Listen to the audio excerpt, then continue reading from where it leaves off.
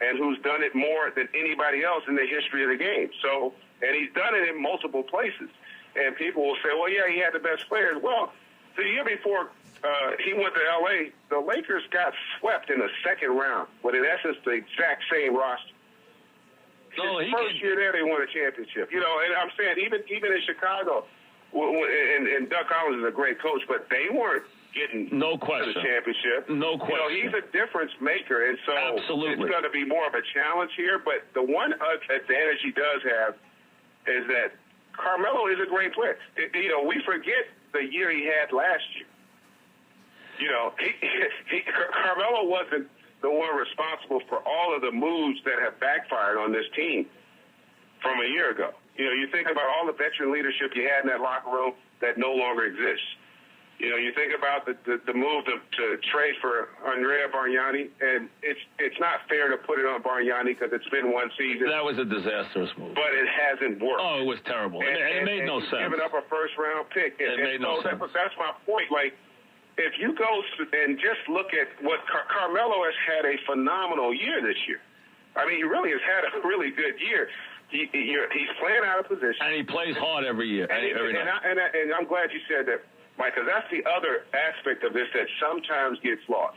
The other most important element when you start talking about true stars in this game, you want a guy that shows up every He day. does. He plays hard. Now, he's every night. Listen, he doesn't miss 15. He's not a great He's not a great defensive player. We know that. No, but he's a competitor. Yes. And he plays hard every night. There's a lot of great players that have won at the highest level. You know, there are very few guys that are perfect basketball. Right, only a few.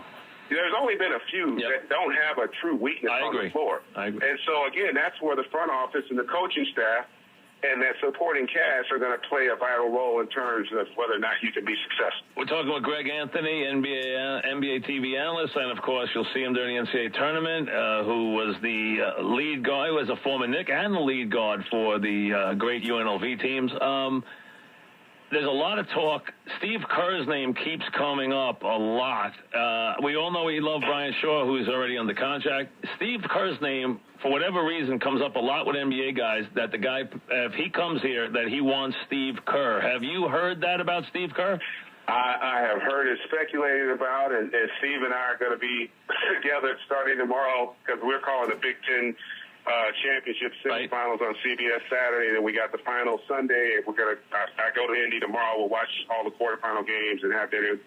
And look, we talk shop all the time. Listen, I think, and I'm not saying that it is something that is true or not, because I honestly don't know. But I see why you would speculate. You keep hearing his name, though, and I was surprised the first time I heard it, because I was like, wow, I never thought of Steve Kerr as a coach, but I've heard it a lot this week. Yeah, you know, it would be, listen, I don't think there's any doubt that Steve could do it. You know, the question is that what he wants at this stage of his life? And I've had a lot of conversations with Steve.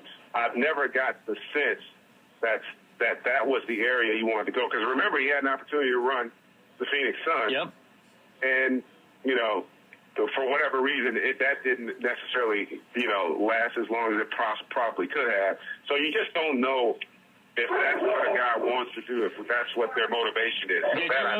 Did you ever think about coaching? A lot of guys always thought you would have made a good coach, too. I mean, you're a heady guy. You were a tough player. You were a heady player. Do you ever think about coaching? You know, I've thought about running a team, coach. I thought about all of it. I'm not going to say and BS you, but I will say that I don't know that I could have a better situation than I have. I mean, I love what I do. I truly do. I'm very well compensated. I got a life. I don't really have a real job. So I don't know that I want a real job right now, Mike. I really like what I'm doing. Well, if I remember back to the days, and people might or might not know, Greg and I have known each other since the days of UNLV when we used to be at their practices a lot. Everyone always used to think that Greg would be a U.S. Senator by now. I mean, that's what they used to say about him when he was on campus in those days. He was a very bright player and a very talkative, very well-rounded individual. So they used to always say that he was going to be a governor or a senator or stuff like that. So it wouldn't be too hard to think of you as a head coach, that's for sure. No, and I think there are a lot of guys. Listen, Jason Kidd proved this year, although a lot of people doubted, that he could go in and do a good job. And I do think maybe there's a bias here, but you tend to see guys who were point guards. Right. have more success. Because, in part, though, because they have to be able to see the game through the eyes of Mark Jackson's done well, too. Mark Jackson, Doc Rivers. Yeah. I mean, I could go on and on. Larry Brown was a great point guard. Larry Brown was a great one. Yeah. You know, you have to have, I mean, George Karl even. You know, you have to have to coach, you have to have compassion. You have to have the ability to see the game through other people's eyes. And a lot of great players, they're great players, but they can't necessarily articulate it in a way that will allow lesser players to play at a high level. You know, very few guys have been able to do that. Larry Bird's been a guy that's done it and done it at a very high level, obviously. And there are guys that do it, but it's interesting. Even if you look at Pat Riley and Phil Jackson, those are two guys who will go down as two of the greats that have ever coached our game. They won championships, but they were never the best players. No, they were both bench players. But they were cerebral and they understood. Because they can, a lot of times, because they can see why their teams were really good.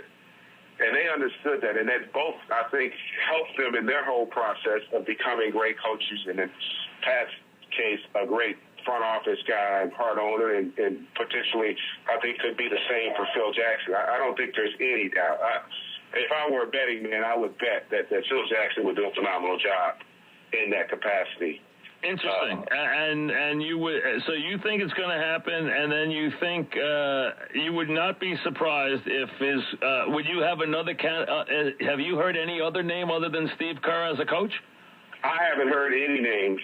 Okay. I have heard people say that, but I haven't heard it from reliable sources. Well, you know he likes Brian Shaw a lot, but he's under contract, so he's always liked Shaw a lot. You know, everyone knows that, right? And I also think that I would also say that it doesn't necessarily have to be a scenario where it's the triangle per se. Right. I think what you will see, though, is you're going to see a lot of semblance of that from the standpoint. You look at what Greg Popovich does.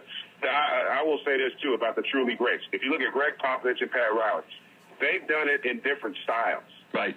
They cater their system to their personnel, not vice versa. And so there's got to be a happy medium with that system. And even in the triangle, like Phil Jackson didn't run the triangle 100% of the time when he was in L.A. or with Chicago. I mean, obviously they ran a lot of it, but you're going to still try to – it's all about putting your best players in position to succeed and also helping that supporting cast play to their strengths. So, you know, he'd have to devise a system and a scheme, and that would start also – with just evaluating personnel this year, because not everybody on this roster is leaving tomorrow. They're going to have to be some of these guys that are going to have to be a part of this thing moving forward. No question about it. Well, listen, Greg, good to talk to you. We'll chat as the NCAA tournament begins. Thanks very much. All right. Take care, Mike. All right. Greg Anthony, who says he hears Phil Jackson's coming. Nothing out of the garden yet, so we'll wait and see.